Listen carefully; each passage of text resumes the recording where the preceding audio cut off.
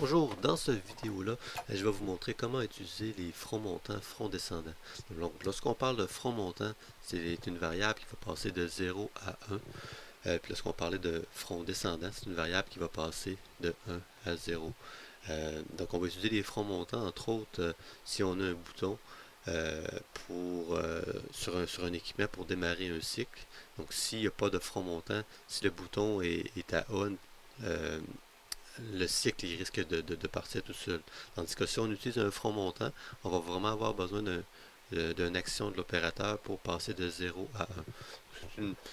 C'est une façon rapide qu'on utilise là, pour sécuriser un peu une machine. Donc sans plus tarder, ici je vais mettre un contact, je vais faire le front montant, mais le front descendant, ça va être à peu près identique.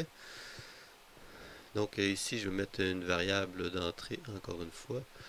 Euh, Donc, variable locale, je vais prendre le boule 1 ici. Au niveau de la sortie, donc je vais prendre un coil comme ça ici. Je vais me créer une nouvelle variable. Out 4, mettons. C'est une variable booléenne. Donc, ça l'actionne ici. C'est vrai, je vais prendre un autre type de coil à la place. Je vais effacer celui-ci. Je vais prendre plutôt un coil qui va rester qui est resté à on. Donc le coil qu'on a appris récemment. Donc je vais prendre ma sortie à la place comme ça. Puis je vais prendre une autre ligne pour le resetter. Donc je vais prendre un contact ordinaire ici. Ou un contact prendre un contact négatif de boule 2. Comme ça. Puis je vais prendre la bobine reset que je vais associer à Out4. Donc de cette façon aussi, donc lorsque je vais appuyer sur boule, la sortie Out4 va être active. Elle va demeurer active.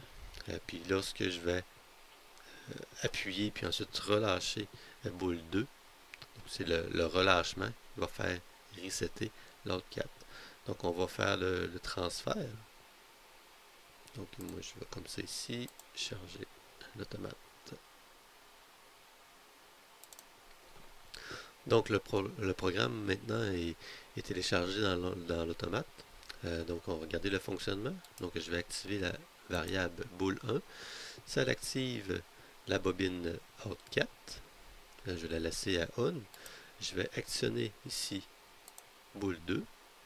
Donc on voit que la variable est toujours à on. Donc elle va se resetter lorsque je vais la mettre à off. Donc on parle d'un front descendant. Donc vous voyez ici la variable ici est à off, celle-ci est à on, mais la bobine n'est pas encore n'est pas alimentée. Donc, si je veux l'alimenter, ça me prend vraiment une transition de 0 à 1. Donc, je vais devoir la remettre à 0, puis ensuite la remettre à 1. Puis à ce moment-ci, on peut recommencer. Donc, c'est le fonctionnement d'un front montant, front descendant. Euh, Si on a une ligne qu'on voudrait utiliser une autre fonction, donc ce ne serait pas juste une variable, parce qu'on utiliserait le front, on pourrait utiliser ces fonctions aussi.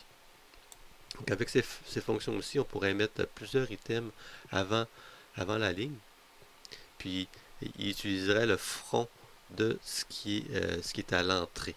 Donc, c'est une autre chose à utiliser, à essayer. Par contre, si on utilise ça, ben, on ne peut pas utiliser deux fronts montants de variables sur la ligne. Donc, c'est à peu près impossible que les variables soient vraies exactement au même moment.